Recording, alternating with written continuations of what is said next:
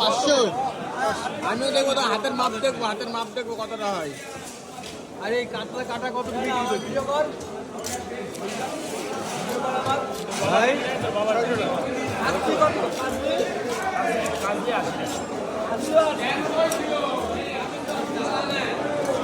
10 kilo ওজনের 10 kilo ওজনের কাতলা, 10 কিলো ওজনের।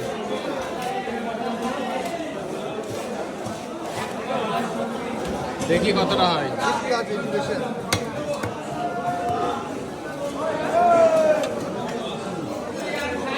418 গ্রাম।